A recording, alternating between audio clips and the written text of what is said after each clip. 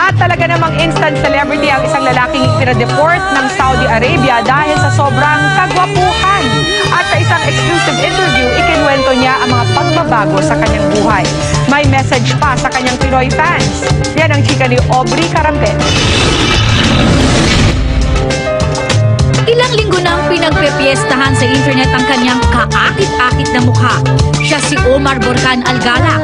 Kamakailan lang ipinadeport siya ng Saudi Arabia pabalik sa Dubai, United Arab Emirates.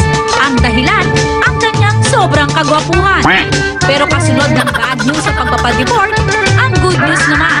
Si Omar nakilala ngayon sa iba't ibang sulok ng mundo. Eksklusibo siyang nakapanayam sa programang Kapuso Mo, Jessica Soho.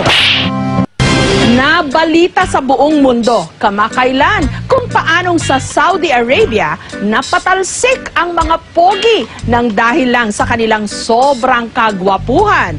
Bagamat sinasabing ang good looks ay asset o nakakadagdag pogi points, kung minsan din pala ito'y nagdudulot ng problema.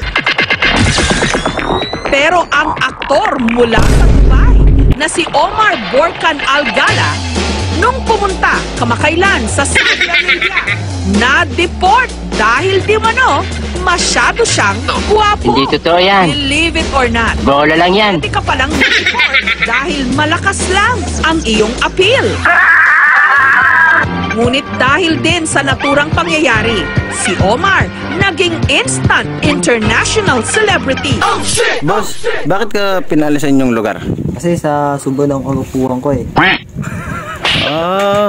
So, boss, anong masasabi mo sa iyong mga fans? Masasabi ko sa akin mga fans na relax lang kayo kasi isa-isahin ko kayo.